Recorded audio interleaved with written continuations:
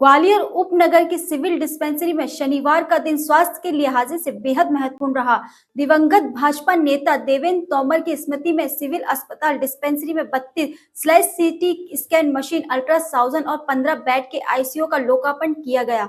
ऊर्जा मंत्री प्रद्युम्न सिंह तोमर की मां सुभाष तोमर के कर कमलों से इस स्वास्थ्य के लिए महत्वपूर्ण उपकरणों का शुभारंभ कराया गया। इस मौके पर ऊर्जा मंत्री तोमर के अलावा ग्वालियर महापौर शोभा सतीश सिकरवार, ग्वालियर रेंज के आईजी अरविंद सक्सेना और कलेक्टर रुचिका चौहान, एसपी धर्मवीर सिंह, बड़ी संख्या में चिकित्सा जगत से जुड़े गणमान्य नागरिक और भाजपा नेता मौजूद रहे।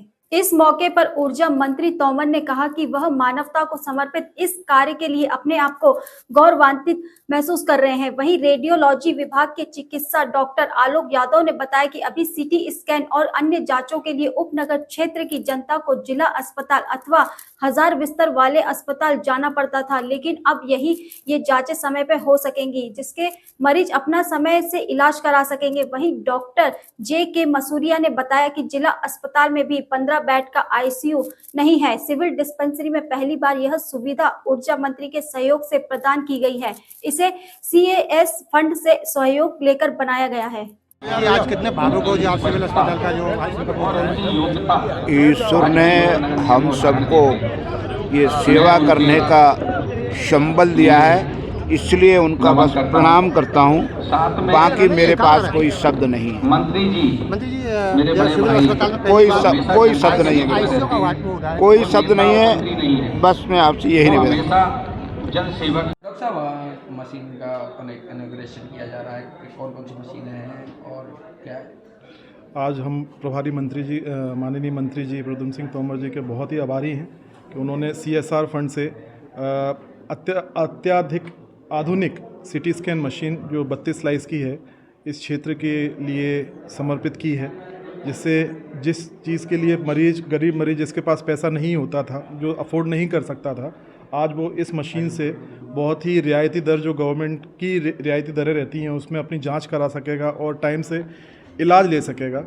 और इसके अलावा CSR फंड से माननीय मंत्री जी ने हमें अल्ट्रासाउंड का भी एक बहुत ही अच्छा अत्याधुनिक मशीन प्रदान किया है, जिससे हम कलर डॉपलर इमेजिंग और अल्ट्रासाउंड कर सकेंगे और मरीजों को उचित से उचित और जल्दी से जल्दी सुविधाएं दे सकेंगे। क्या माना जाए, जैसे पहले बड़े हॉस्पिटल के लिए जाते थे, इसमें से आज ये कितने लोगों को इसका फायदा मिलने वाला है? बिल्कुल, आपका जो विचार है मन में, जो क्वेश्चन है, वो बिल्कुल उचित है कि पहले जो मरीज़ होते थे कि केवल और केवल बड़े अस्पताल के लिए जाते थे।